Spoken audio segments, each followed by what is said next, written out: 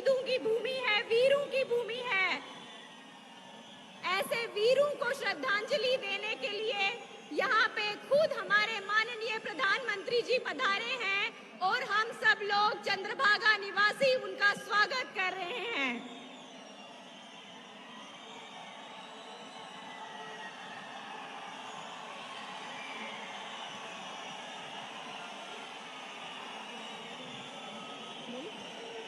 मैं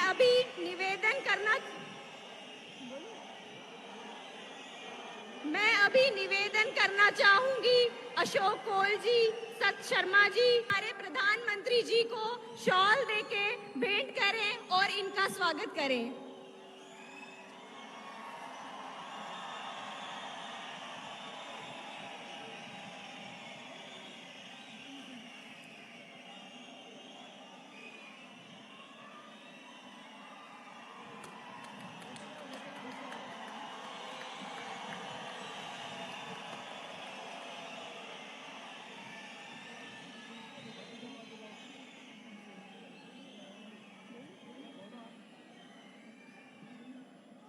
अब मैं निवेदन करूंगी डॉक्टर जितेंद्र सिंह जी से, गजय सिंह जी से, दलीप परिहार जी से, राकेश ठाकुर जी से और मैं खुद प्रधानमंत्री जी को चुन्नी भेंट करके उनका स्वागत करना चाहूंगी।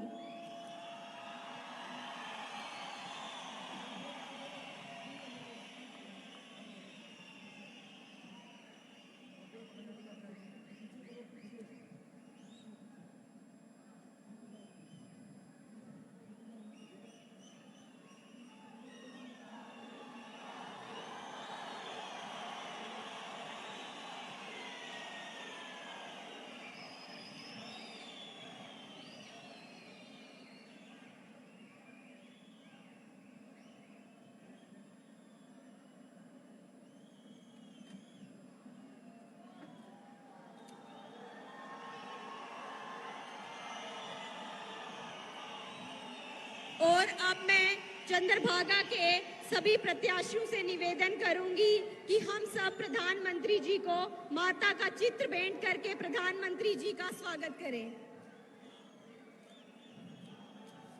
अब मैं निवेदन करती हूँ कार्यकारिणी अध्यक्ष सत शर्मा जी से, वो अभी स्वागत भाषण करें।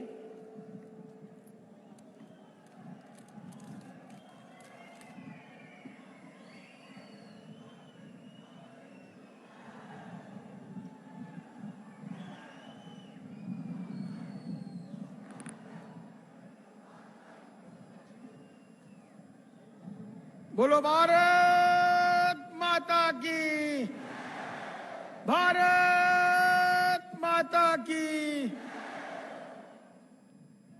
मंच पर आसीन देश के यशस्वी नेता एवं प्रधानमंत्री माननीय नरेंद्र भाई मोदी और विश्व के सबसे लोकप्रिय नेता माननीय नरेंद्र भाई मोदी जी का मैं आज इस डोडा की धरती के ऊपर स्वागत करता हूं। ये डोडा की धरती, ये किश्तवाड़ की धरती, ये रामबन की धरती वीरों की धरती है। ये धरती आस्था की धरती है और आज इस वीरों की धरती पर, आस्था की धरती पर विश्व के सबसे लोकप्रिय नेता माननीय नरेंद्र भाई मोदी जी का मैं अभिनंदन करता हूं, स्वागत करता हूं। माननीय प्रधानमंत्री जी के ध्यान में कुछ यहां के विषय जो हैं, हमारे इससे पहले एमएलएस ने कुछ ध्यान में लाए हैं, लेकिन जो 370 हटने के बाद, 35 से हटने के बाद जो इस प्रदेश भर में एक वातावरण बना है, कुछ नेता ऐसे भी थे जो कहते थे 370 हटेगा, 35 से हटेगा तो तिरंगे को कंधा देने वाला कोई नहीं होगा। लेकिन आज वही लोग भारत माता का तिरंगा लेकर कश्मीर की धरती पर शाना बिशाना चल रहे हैं। इसके लिए मैं माननीय देश के प्रधानमंत्री जी का आभार प्रकट करना चाहता हूं। प्रधानमंत्री जी के आने के बाद कश्मीर जैसे क्षेत्र में भी जहां पर 2 झंडे लेकर चलने की आदत थी, आज वो भी फख्र के साथ तिरंगा लेकर कश्मीर की धरती के ऊपर चल रहे हैं। और इसके लिए भी हम माननीय प्रधानमंत्री जी का आभार प्रकट करना चाहते हैं। 370 हटने के बाद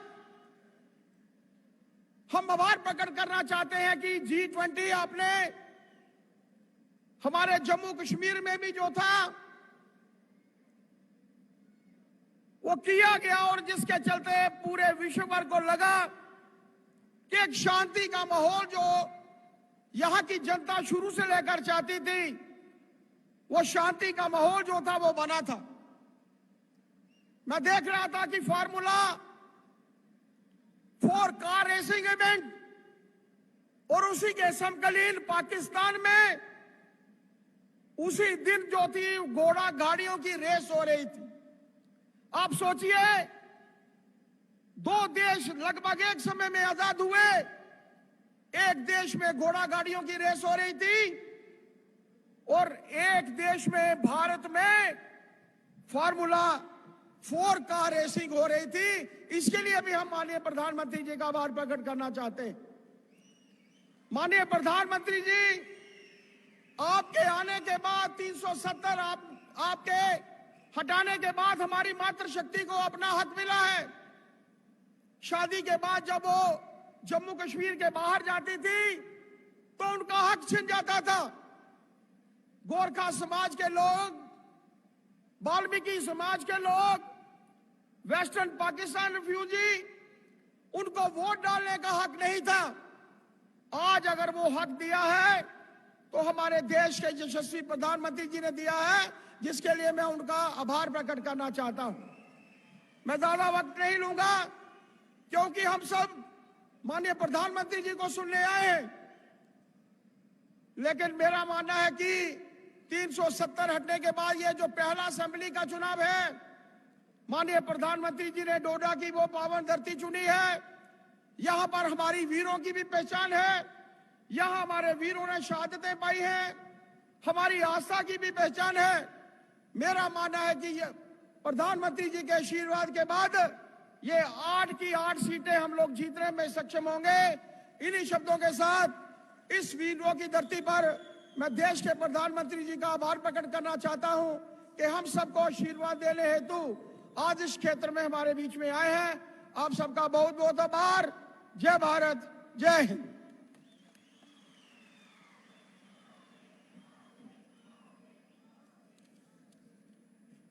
अब हम सबको जिनका इंतजार है हमारे यशस्वी प्रधानमंत्री, हमारे तेजस्वी प्रधानमंत्री जी का, कि वो मंच पर आके चंद्रभागा के सभी लोगों का मार्गदर्शन करें।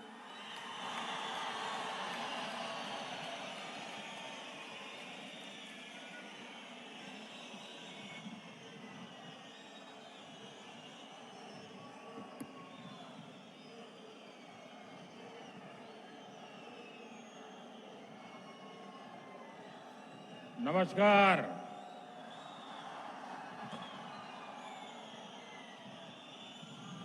तू सब कई छत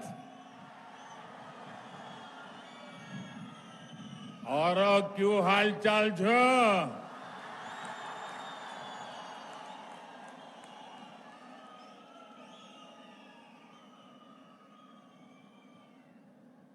शक्ति स्वरूपा मचैल माता को मेरा प्रणाम।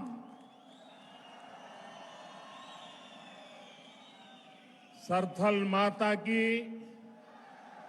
इस पावन भूमि को मेरा प्रणाम। आप सब यहां डोडा, किश्तवाड़ और रामबन के अलग अलग हिस्सों से पहुंचे हैं। यहां आने के लिए आपने घंटों सफर किया है। इसके बावजूद आपके चेहरे पर थकान का नामो निशान नहीं दिख रहा।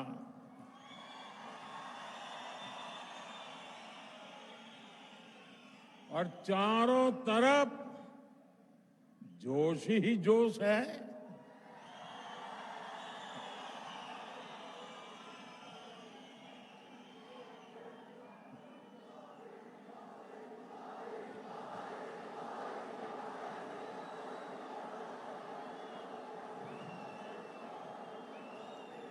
और मैं देख रहा हूं हमारी बहनें, बेटियां इतनी विशाल संख्या में हमें आशीर्वाद देने आई हैं।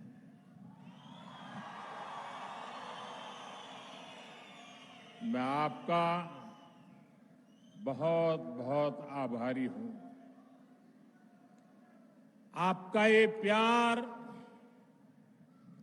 आपके आशीर्वाद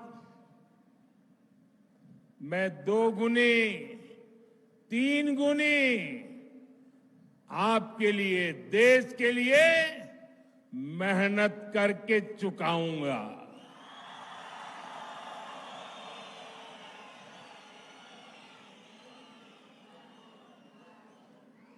हम और आप मिलकर के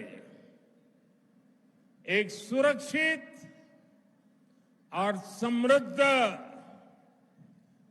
जम्मू कश्मीर का निर्माण करेंगे। और ये मोदी की गारंटी है।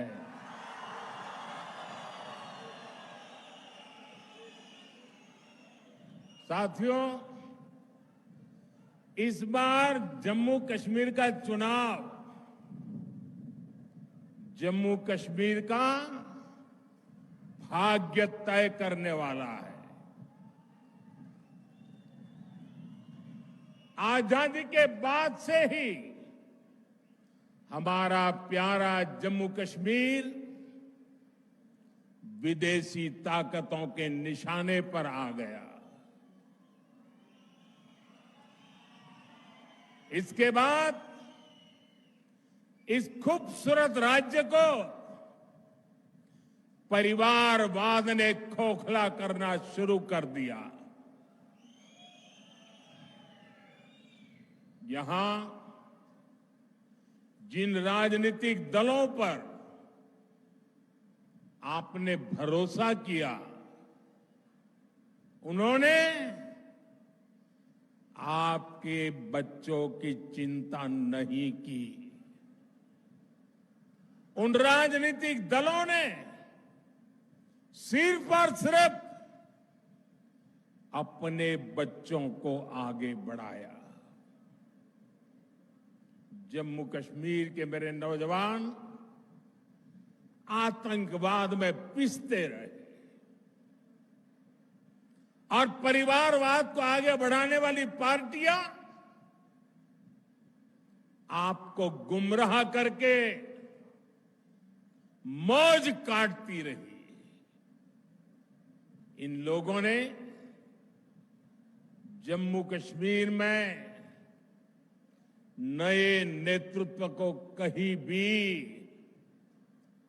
भी उभरने ही नहीं दिया।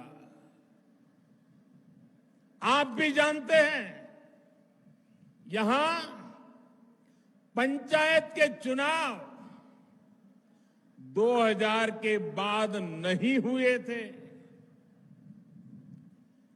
यहां बीडीसी के चुनाव कभी भी नहीं हुए थे।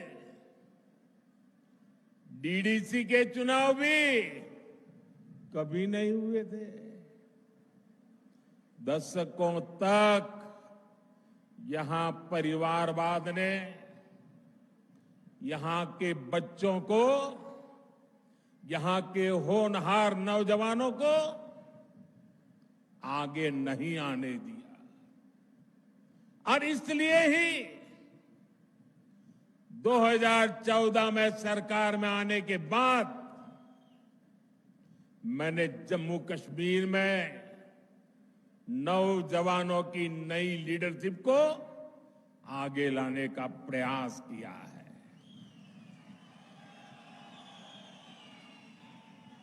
फिर 2018 में यहां पंचायत के चुनाव कराए गए। 2019 में बीडीसी के चुनाव हुए और 2020 में पहली बार डीडीसी के चुनाव कराए गए। और ये चुनाव क्यों कराए गए? ताकि जम्मू कश्मीर में डेमोक्रेसी ग्रास रूट तक पहुंचे। यहां के मेरे युवा जमहूरियत की कमाल संभालने के लिए आगे आए। यही मेरी कोशिश थी। यहां परिवारवादी राजनीति करने वाले नहीं चाहते थे कि यहां का नौजवान राजनीति में आगे आए।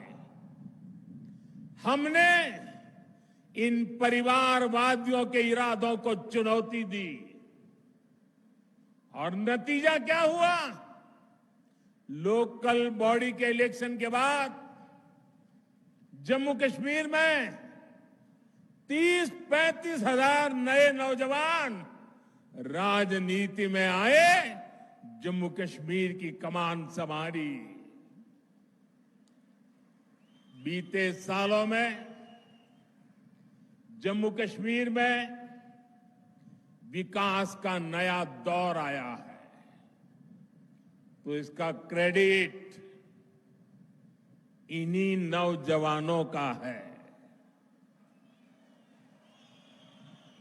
मैं आज जम्मू कश्मीर के युवा को, चाहे वो बेटी हो बेटा हो, उनके जोश, उनके जज्बे को सैल्यूट करता हूं।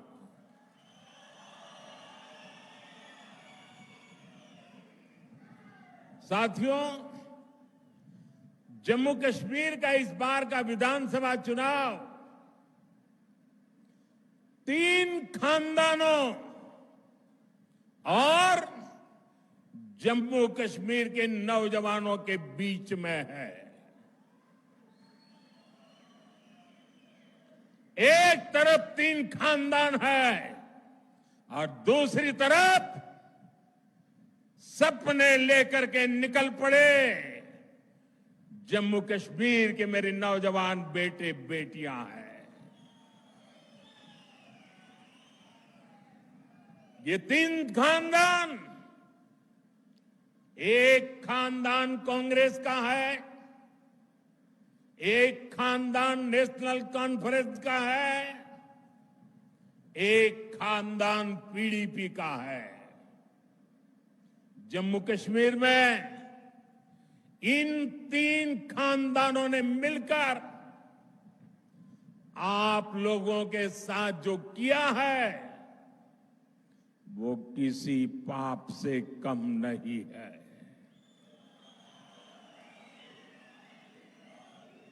ये तीनों खानदान जम्मू कश्मीर को दशक तक बर्बादी देने के जिम्मेदार है।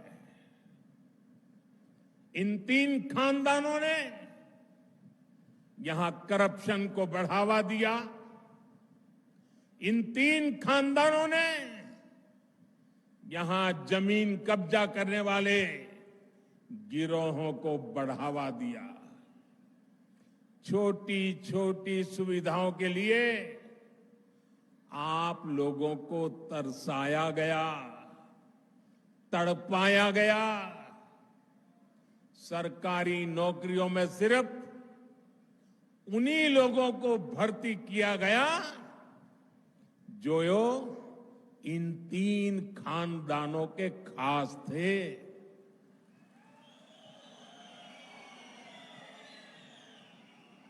इन 3 खानदानों ने ही यहां अलगाव और आतंक के लिए जरूरी जमीन तैयार की, और इसका फायदा किसने उठाया? देश के दुश्मनों ने। ये लोग आतंकवाद को इसलिए पाल पोस रहे थे ताकि इनकी अरबों खरबों की दुकान चलती रहे। इनके गुनाहों की वजह से हमारे हजारों बच्चों की यहां जान चली गई। ये चंद्रभागा घाटी ये सालों साल चले आतंक के खून खराबे के उस दौर की गवा रही है। आप याद करिए वो समय जब दिन ढलते ही यहां अघोषित कर्फ्यू लग जाता था, सारी दुकानदारी ठप, सारा कामकाज ठप। हालत ये थी कि तब कांग्रेस सरकार के, केंद्र सरकार के गृह मंत्री तक लाल चौक जाने से डरते थे। साथियों, जम्मू कश्मीर में आतंकवाद अब अपनी अंतिम सांसें गिन रहा है।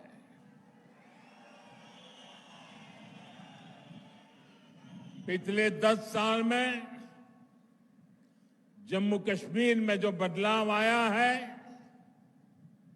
वो किसी सपने से कम नहीं है। जो पत्थर पहले पुलिस और फौज पर फेंकने के लिए उठते थे, उन पत्थरों से नया जम्मू कश्मीर बन रहा है। और ये सब कुछ किसने किया है?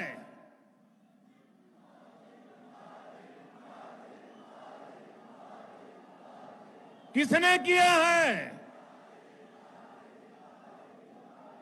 किसने किया है?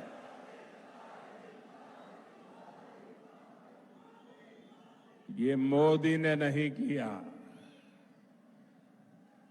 ये जम्मू कश्मीर के डोडा के आप लोगों ने किया है।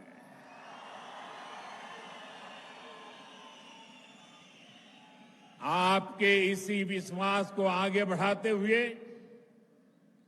जम्मू कश्मीर भाजपा ने आपके लिए एक से बढ़कर एक संकल्प लिए हैं। साथियों, आज ही हमने टीकालाल टपलू जी को याद किया है, उन्हें श्रद्धांजलि दी है। 3 दशक से ज्यादा हो गए इसी दिन हमारे टपलू जी को आतंकवादियों ने शहीद किया था। उनकी हत्या के बाद कश्मीरी पंडितों के साथ अत्याचार का एक अंतहीन सिलसिला चला।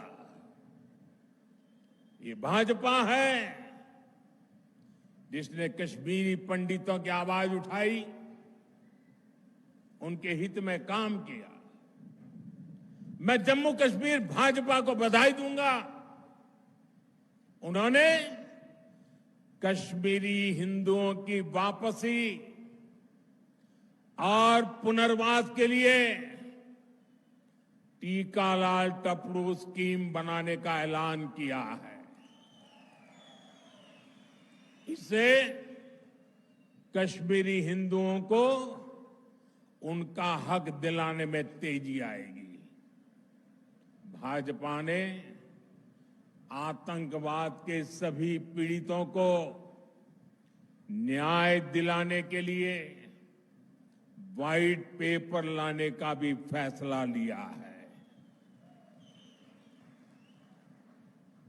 और साथियों, भाजपा सिर्फ कहती है ऐसा नहीं है, करके दिखाती है।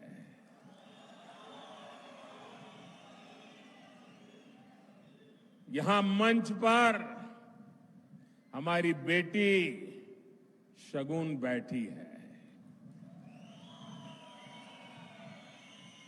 इनके पिता और चाचा दोनों को आतंकवादियों ने मार डाला था।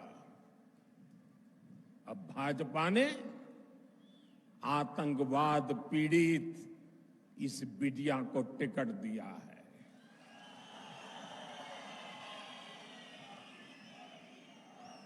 बेटी शगुन सिर्फ कैंडिडेट है ऐसा नहीं, ये आतंक को खत्म करने के भाजपा के मजबूत इरादों की जीती जागती तस्वीर है।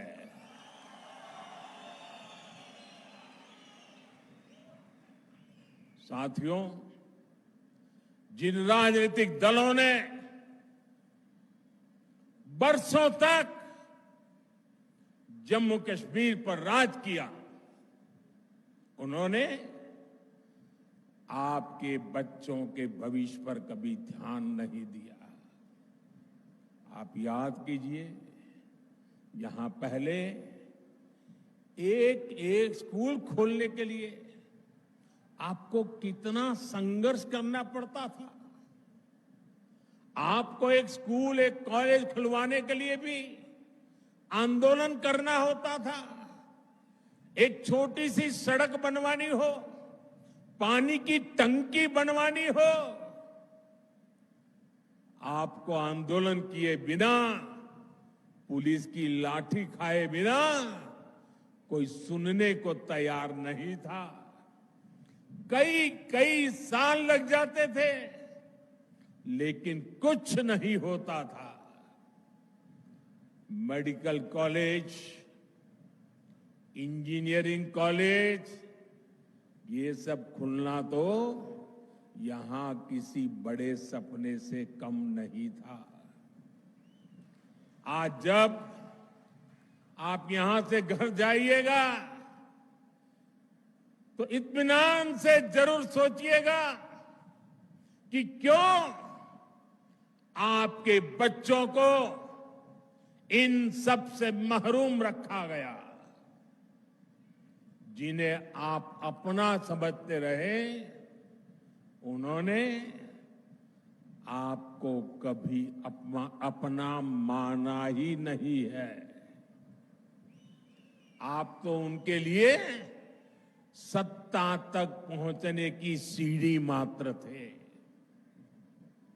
साथियों, ये मोदी है जो आपके बच्चों की चिंता करता है, आपके भविष्य की चिंता करता है। मैं चाहता हूं कि जम्मू कश्मीर के हर बच्चे को अच्छी पढ़ाई मिले। मैं चाहता हूं यहां का हर बच्चा खूब आगे बढ़े।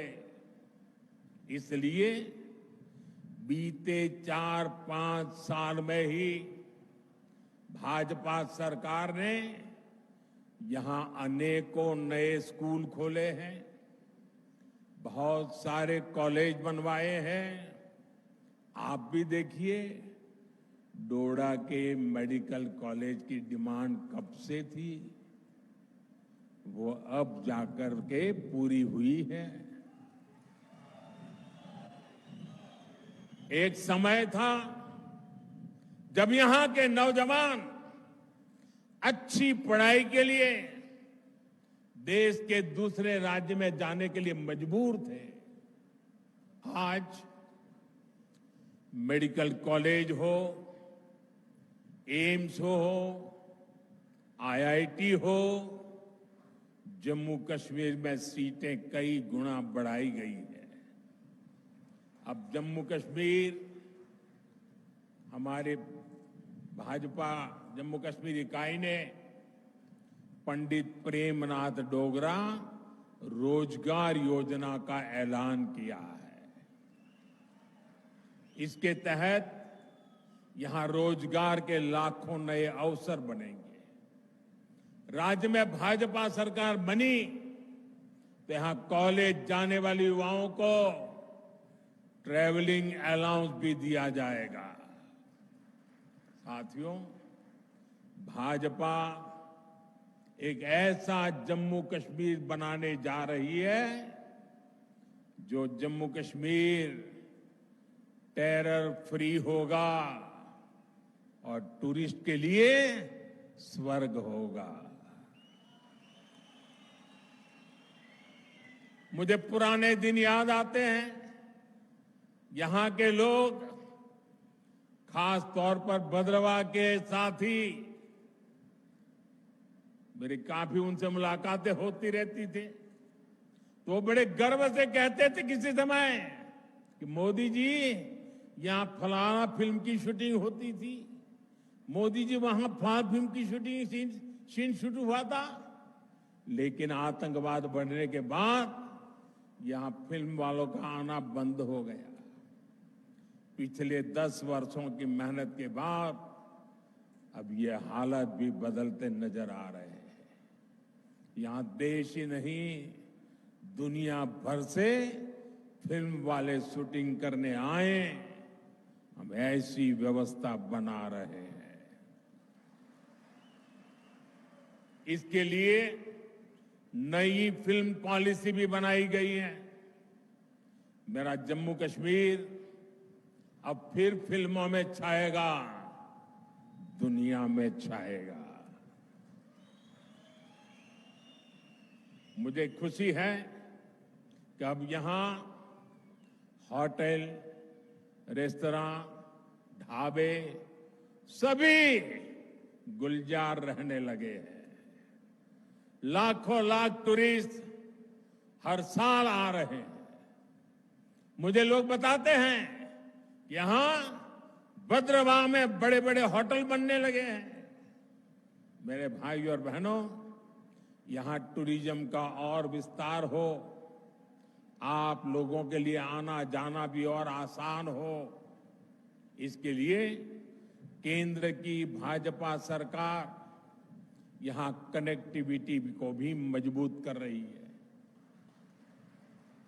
चेनानी नासरी टनल हो, बनिहाल काजीगुंड टनल हो, नए पुल, नए फ्लाईओवर इस क्षेत्र की पहचान बन रहे हैं।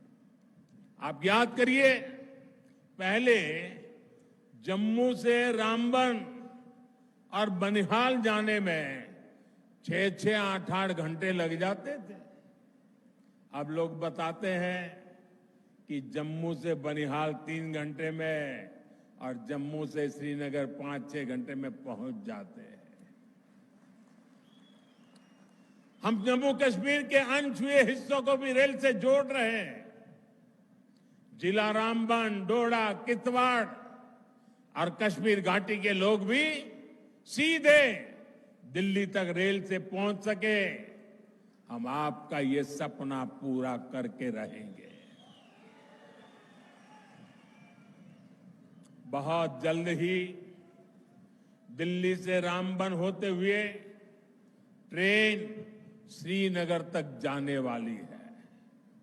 रेलवे लाइन का काम पूरा हो गया है, स्टेशन बनकर तैयार है और ट्रायल भी शुरू हो गया है। बहुत जल्द ही ये हिस्सा भी रेलवे द्वारा पूरे देश से जुड़ जाएगा। साथियों, यहां गरीब से गरीब परिवार को बेहतर शिक्षा मिले, बेहतर इलाज मिले, ये हमारा संकल्प है। जम्मू कश्मीर देश का वो राज्य है जहां हर परिवार को 5 लाख रुपए तक का मुफ्त इलाज मिलता है। अब जम्मू कश्मीर भाजपा ने हर गरीब परिवार को 7 लाख रुपए तक मुफ्त इलाज देने का ऐलान किया है। साथियों, महिलाओं के जीवन से परेशानी कम से कम हो, ये भी भाजपा की प्राथमिकता है। बीते वर्षों में जम्मू कश्मीर के दूर सुदूर के गांवों तक भी नल से जल पहुंचा है, बिजली पहुंची है, मोबाइल के टावर पहुंचे हैं।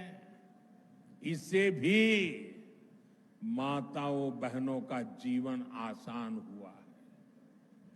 जम्मू कश्मीर भाजपा ने परिवार की सबसे बड़ी महिला, उसके खाते में हर साल 18,000 रुपये जमा करने की भी घोषणा की है।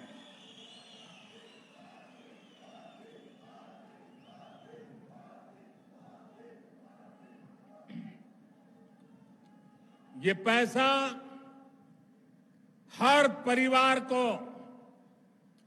अपनी आमदनी बढ़ाने के लिए नए साधन, नए समाधान देगा। साथियों, यहां इस क्षेत्र को पर्पल रिवॉल्यूशन यानी बैंगनी क्रांति के लिए जाना जाता है। लेवेंडर की खेती ने यहां छोटे किसानों का जीवन बदल दिया है। भाजपा सरकार छोटे किसानों के हितों के साथ खड़ी है। अभी तक जम्मू कश्मीर के किसानों को पीएम सम्मान निधि के 6,000 रुपया मिलते रहे। अब यहां भाजपा की टीम ने इसको 10,000 रुपये करने का ऐलान किया है।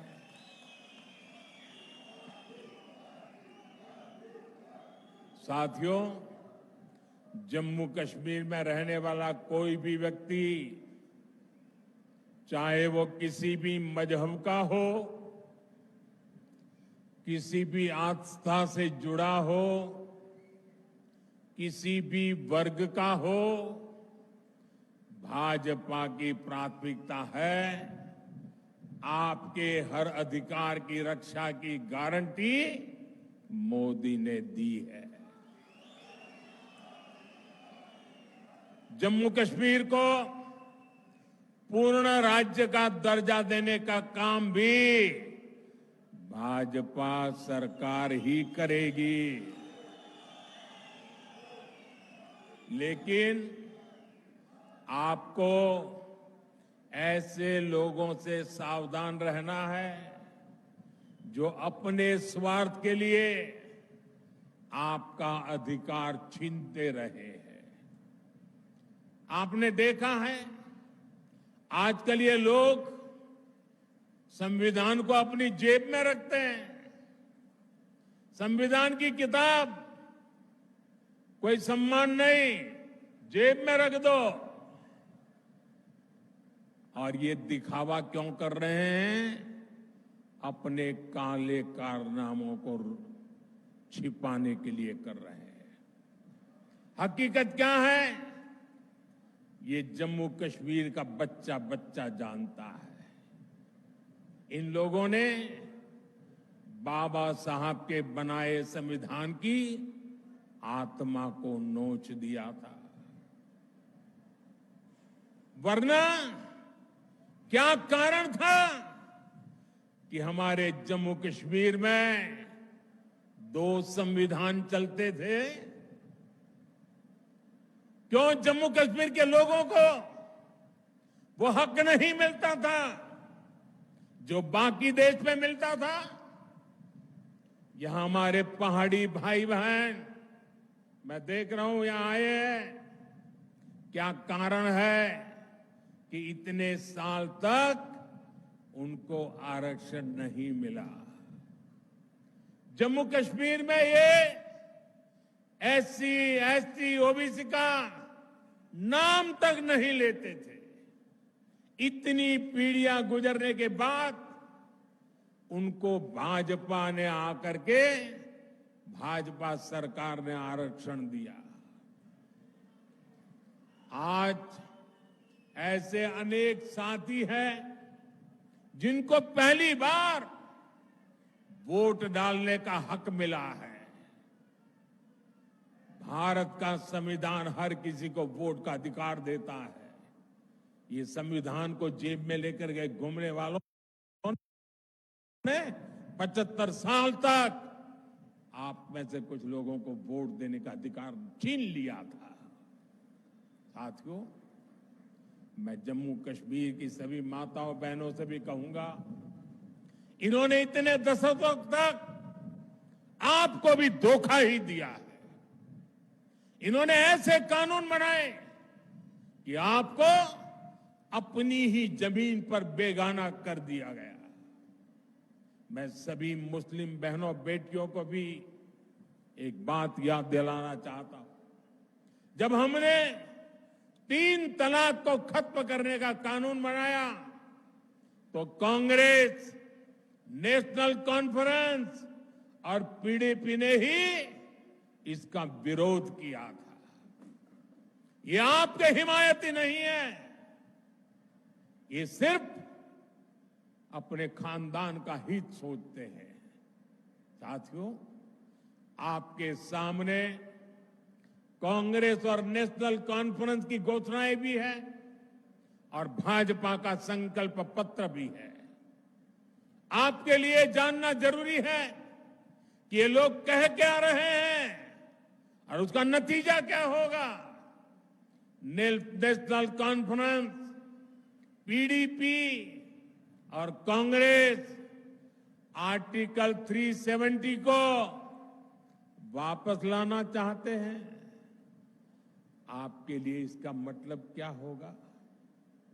इसका मतलब होगा ये 3 खानदान मिलकर पहाड़ी समाज का आरक्षण फिर छीन लेंगे। जम्मू कश्मीर में अनेक लोगों को वोटिंग का जो हक मिला है वो भी छीन लिया जाएगा। 35A वापस आई तो माताओं बहनों के हकों पर फिर वही पुरानी पाबंदी लग जाएगी।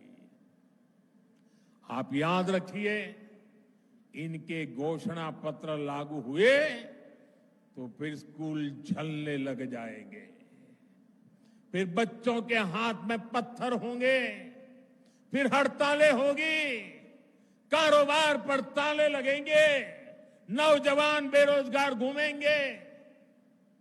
क्या आप इनको वो खौफनाक दिन वापस लाने देंगे क्या? वापस लाने देंगे क्या? साथियों, ये संविधान की बातें करते हैं और नफरत की दुकान पर मोहब्बत की दुकान का बोर्ड लगा करके घूमते हैं। मैंने आज अखबारों में पढ़ा, लोकतंत्र का एक महत्वपूर्ण पिलर होता है हमारा स्वतंत्र मीडिया। आज एक खबर पड़ी, अमेरिका गए हुए भारत के एक अखबार के प्रतिनिधि को अमेरिका में जिस प्रकार उसके साथ जुल्म किया गया, उसने अपनी पूरी कहानी पब्लिक के सामने रख दी है। अमेरिका की धरती पर हिंदुस्तान के एक बेटे को, वो भी एक पत्रकार को, और वो भी भारतीय संविधान की रक्षा के लिए काम करने वाले पत्रकार को कमरे में बंद कर करके उनके साथ जो व्यवहार हुआ है, क्या ये लोकतंत्र को, संविधान की मर्यादाओं को उजागर करने वाले विषय? क्या अमेरिका की धरती पर भारत के पत्रकार की पिटाई करके क्या भारत की प्रतिष्ठा बढ़ा रहे हो?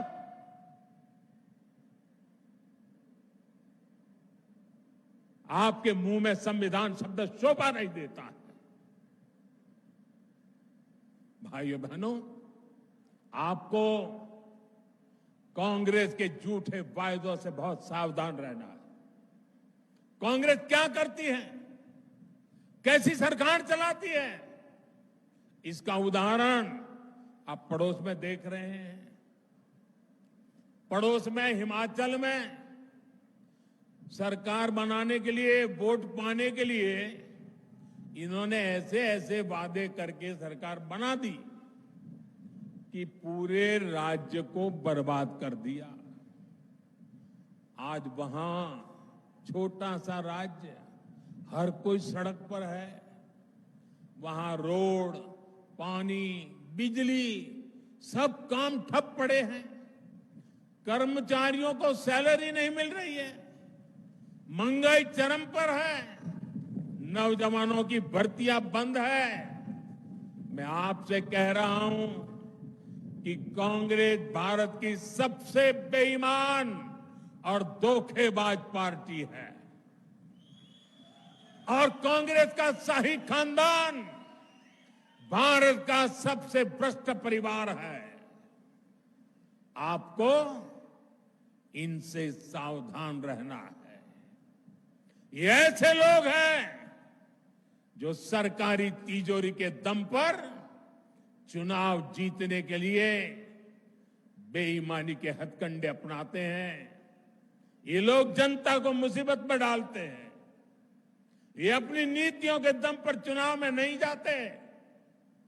जब मैं देश को सतर्क कर रहा था, इनके खतरनाक इरादों से सावधान करा रहा था, तब ये सारे लोग मिलकर मेरा मखौल उड़ाते थे, मुझे गालियां देते थे। और आज पूरा देश देख रहा है, कांग्रेस शासित राज्यों में इतने कम समय में कितनी बड़ी बड़ी मुसीबतें खड़ी हो गई है।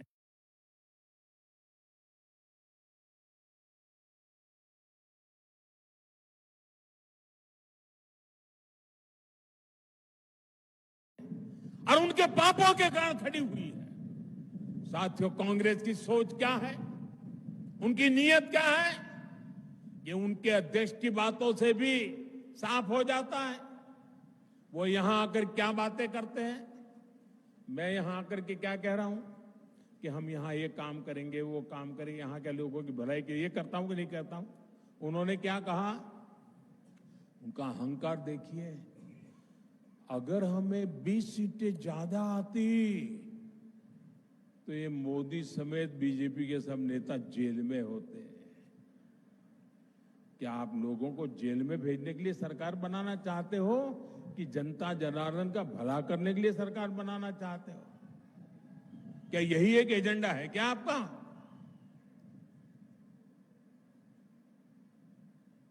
दो 2014, 2019, 2024 60 साल के बाद 3 बार देश की जनता ने हमें सेवा करने का मौका दिया, लेकिन हम सरकार लोगों को जेल में डालने के लिए नहीं चलाते हैं।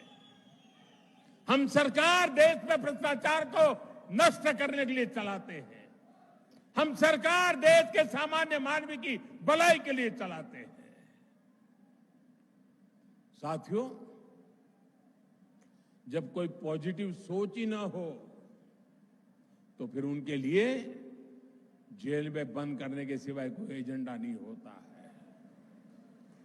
वो जम्मू कश्मीर की भलाई के लिए 2 बात बता के जाते हैं, लेकिन उन्होंने तो जेल भेजने की बातें करके गए हैं।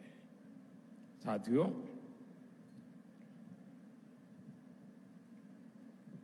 ये नफरत दिखाने से ज्यादा और कुछ सोच नहीं सकते। इनकी नफरत का शिकार जम्मू भी रहा है। कांग्रेस और नेशनल कॉन्फ्रेंस ने हमेशा जम्मू के साथ भेदभाव किया है, डोडा के साथ भेदभाव किया है, पूरे क्षेत्र के साथ भेदभाव किया है। इन लोगों ने महाराजा हरि सिंह और दूसरे राजाओं को लेकर कैसी कैसी टिप्पणियां की है, वो भी आपने सुनी है। ये सिर्फ महाराजा का नहीं, सभी डोगरों का अपमान है। और मैं जानता हूं जम्मू कश्मीर के लोग ये अपमान कभी नहीं सहेंगे। साथियों, भाजपा का संकल्प और आपका साथ ही शांति, सुरक्षित और समृद्ध जम्मू कश्मीर बनाएगा। इसलिए 18 सितंबर को भाजपा के सभी उम्मीदवारों को, यहां मंच पर बैठे हुए मेरे उम्मीदवारों से चाहता हूं सब आगे आ जाएं, आगे खड़े हो जाएं, उम्मीदवार सारे खड़े हो जाएं आगे, जो वहीं खड़े हो जाइए। हाँ, इन सब मेरे साथियों को जिता करके, भारी बहुमत से जिता करके सबके सबको विधानसभा में भेजना है। मैं 1 मिनट उनके बीच जाकर के बधाई देकर के फिर यहां आकर मेरा भाषण करता हूं।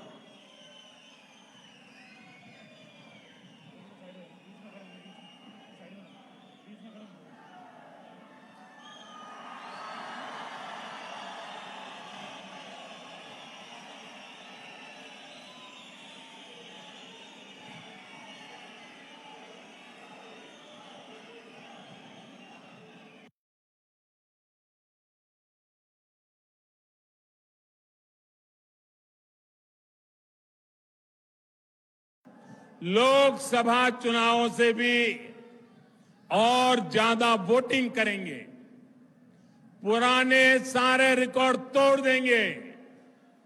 इसी भरोसे के साथ मैं आप सभी को इतनी विशाल संख्या में आकर के हमें आशीर्वाद देने के लिए आदरपूर्वक आप सबको नमन करता हूं। मेरे साथ बोलिए, भारत माता की।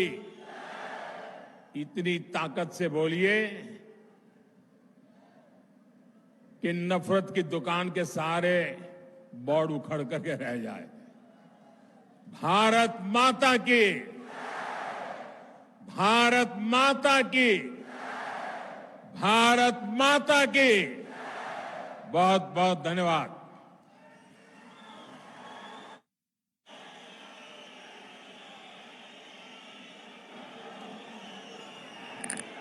हम सब चंद्रभागा के निवासी, हमारे पूरे विश्व के सबसे लोकप्रिय नेता जो आज हम सब चंद्रभागा निवासियों को आशीर्वाद देने के लिए आए हैं, इसके लिए हम इनको धन्यवाद करते हैं। हम सब इनके आभारी हैं कि इनके पावन कदम इस धरती पर पड़े और हम सब चंद्रभागा निवासियों का इन्होंने मार्गदर्शन किया। धन्यवाद। जय हिंद, जय भारत।